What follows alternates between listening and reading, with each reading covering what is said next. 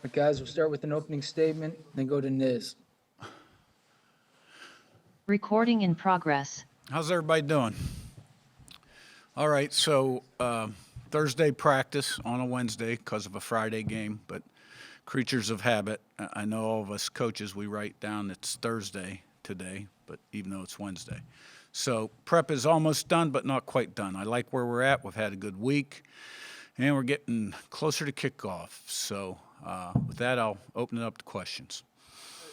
Curt, you haven't talked about your own history against Notre Dame. I think you've, as a coach, been 5 times against them, 3 times in South Bend. Just any memories of those games, or what stood out about kind of your past history against the team? Yeah, my first year as a graduate assistant coach at the University of Pittsburgh for Foge Fazio. We had a pretty good team. Played Notre Dame at Notre Dame. We went to the Fiesta Bowl that year and won. It was a tight game, low scoring, maybe 14-9, something like that. Great win. I think Jerry Faust may have been the coach at Notre Dame at the time. Second time would have been I was coaching at Rice the year Notre Dame won the national championship. I believe Lou Holtz was the head coach, 86 maybe, or 88. End of the year, cold. Our guys, Rice, weather's warm, come up pregame. I mean, it was really cold. Sweatshirts on, the whole deal. Notre Dame comes out, short sleeves. Nobody had long sleeves on. I mean, we scored first, but that was it. After that, we got waxed. Went up there with Johnny Majors, got beat pretty good. And then played Notre Dame. The last game at Pitt Stadium, old Pitt Stadium. I was working for Walt Harris, and near the end of the season, we beat Notre Dame. That was a memorable night. And then played them in the Gator Bowl in 2002 at North Carolina State, and Phillip Rivers' junior year, I believe it was. We won, I think it was 31-13 or something. It was a good win. We won 10 or 11 that year at NC State. So, yeah, played them a few times, and, looking forward to this matchup against a really good football team. They're a really good football team. Zach Osterman and Todd.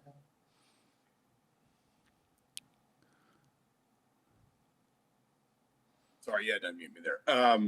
Curt, I asked Coach Haynes this yesterday. I know that it's not quite as extreme, what Notre Dame does as kind of like a triple option team, but when you have a quarterback that can run and you have some of the option packages that they give him, is it a little bit like preparing for the option? And people always say having extra time to sort of simulate that, to really drill that with your scout team and then give your defense a more extended look. Basically, does that help? Do you feel like having a little bit more prep time for what Notre Dame does with Riley Leonard in the run game helped you guys? Well, I think, the extra prep time is an advantage for both sides, right, to learn their opponent. But sometimes you can have too much information, right? In my mind, what they do, I would call those +1 runs more so than option. And, we've seen those throughout the course of the season.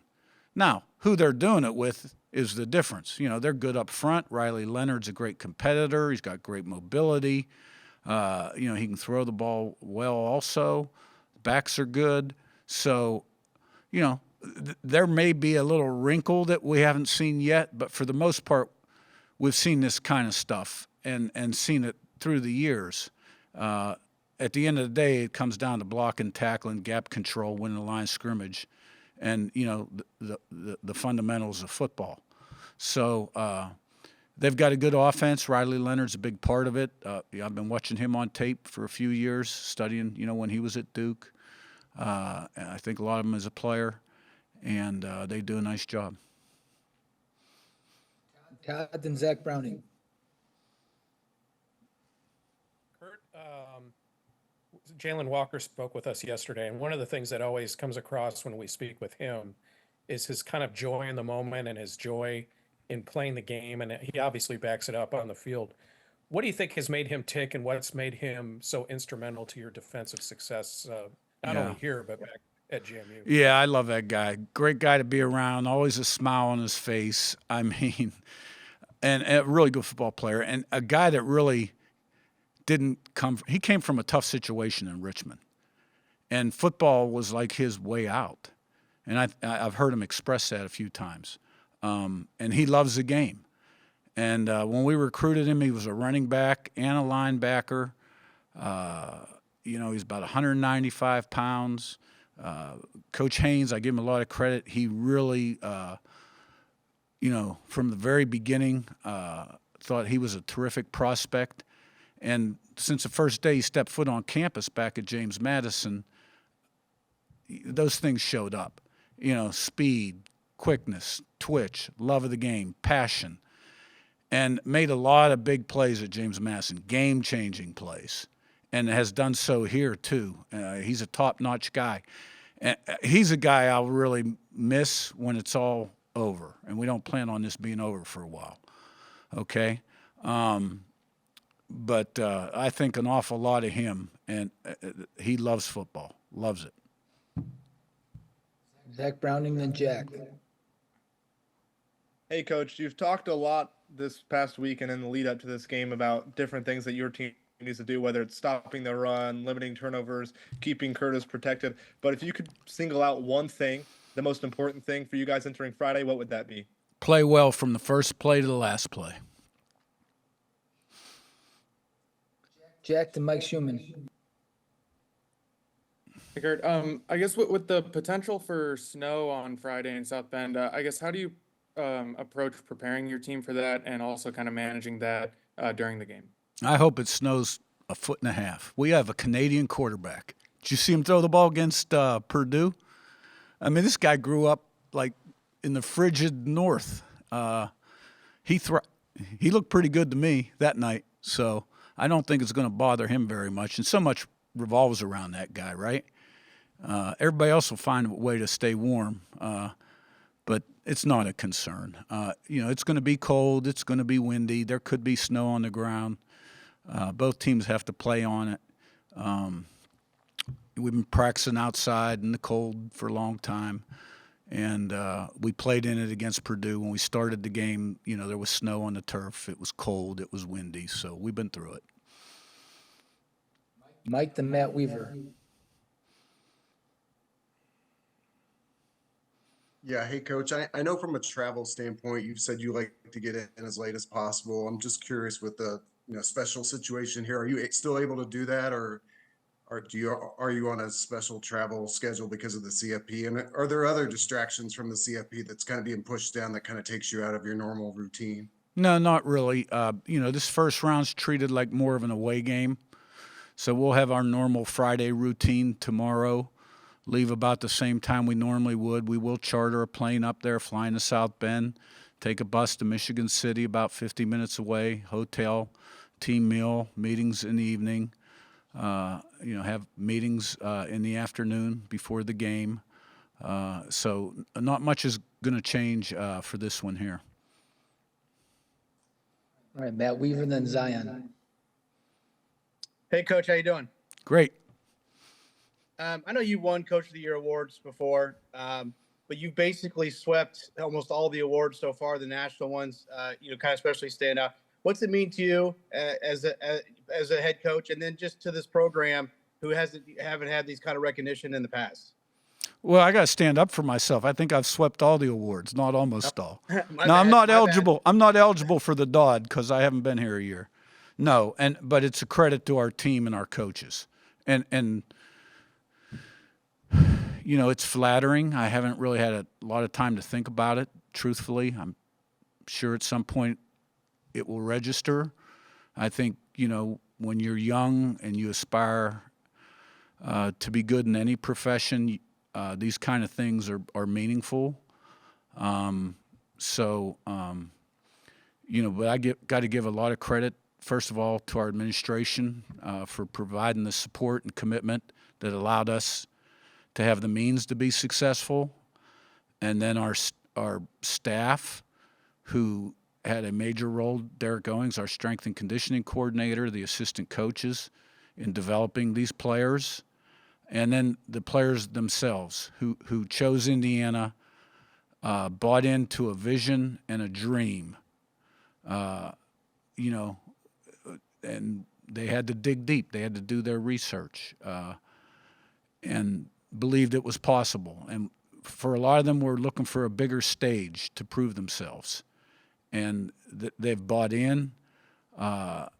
They receive the message. They apply it daily. They've been very consistent. They've been a great group to coach. It's never perfect, never always perfect. You know, there's a hiccup here and there. But this team has really a lot of kids on it that are great leaders, and a lot of character on this football team, a lot of experience. A lot of guys have been 2, 3, 4-year starters and been very consistent through the years. And, you know, it all came together. And, I mean, when the season – I hear a lot about our schedule, right? Well, when the season started, we were playing the defending national champ, the runner-up, and Ohio State, and 6 or 7 teams that had played in bowl games. And, you know, we have the largest margin of victory in the country. And if you just look at P4 teams, it's the second largest margin of victory. And then I hear that, well, we haven't beaten a top 25 team. Well, you know, when we played Nebraska, they were 25th in the coaches poll. We were 18th. We beat them 56-7. Okay, so at the end of the day, those awards. Back to the awards, right? This is where all this started. You know, I'm very appreciative. I'm humbled, but I got to give credit where credit's due, and that's to everybody else in this organization. Zion and then Joe Rexroad. Hey, Curt, you talked the other day just about how you had everybody kind of put their phone away during the team meeting. I was just curious, as this week has progressed and gone on, how have you seen the focus and the psyche of your team shift and get more locked in? Yeah, and that was the coaches meeting, staff meeting. And then you know, they were to give the players the message also, because nowadays everybody's got their phone, right? You know, but turn the phones off in the meetings.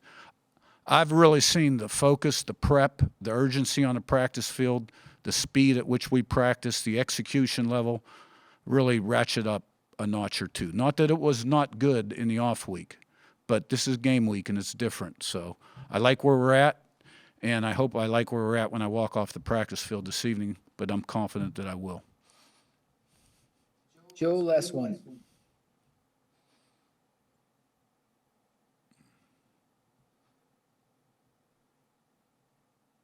Sorry about that. The unmute was a struggle for me there. Curt, the building of this roster, as you look back a year ago, I know a lot was made of the 13 JMU guys and Curts and everything, but how would you characterize that overall? What'd you learn from it? And then how similar or different are things a year later for you in that regard? Yeah. Well, you know, invention's the mother of necessity, or vice versa. I may have that backwards. I mean, we had a desperate roster situation when I came. 10 offensive starters in the portal, half the defense within a week or 10 days. We were down to about 40 guys. And it wasn't like we were running guys off. It was just the times. Coach leaves and we had a lot of guys from Texas and wherever and what have you. So once the evaluation process started, you know, there was familiarity with a lot of these guys. Most of the guys we recruited, somebody in the organization knew them well. And the JMU thing, like I've said a number of times, I never once even thought that was a remote possibility because this process happened so quickly. You know, I was making a decision on what I was going to do. But then as soon as I got here, they started to jump in the portal, and, you know, one guy came and his buddy would come, and it led to, you know, what it was. And I knew these guys could play, and I knew they could help us, and I knew we needed them. Because we had to change the culture here. We had to change the way people think. We had to bring some people in here that were used to winning championships, used to winning, going to bowl games. And then you bring guys in here like Miles Price, who Derek Owings knew real well. Trey Wettig, who Bob Bostad knew real well. Ellison, who we had recruited at JMU. Keyshawn Williams, both from Wake Forest. And now I'm going to forget people, but like Sean Asbury, we had recruited twice, once out of high school when he went to BC, and once on the way back from BC when he went to ODU. Terry Jones, his teammate. So Curtis Rourke, who we really didn't have a tie to, but researched him, liked him on tape. This was a great opportunity for him based on our track record with quarterbacks and the guys we were adding to the portal, and obviously he has thrived. So I know I'm forgetting some people. I guess every coach is different in terms of their evaluation when it comes to recruiting. I think my experience as a recruiting coordinator, when I went with Johnny Majors to Pitt in 1993, and I technically had that title throughout till I left Alabama, left the staff at Alabama. So was always very involved in the recruiting and evaluation process. And, I got my mistakes out of me at a young age, unfortunately for Coach Majors, and learned a lot in terms of, what I was what the prototypical prospect that came to a four-year school and was successful, what that looked like in high school or now in the transfer portal versus the guy that had potential, could be, but hadn't quite put it together yet. So production over potential, you've heard me say it a million times, it worked for us. All right, thanks, Coach. Thank you. All right, safe travels, guys. See you Friday.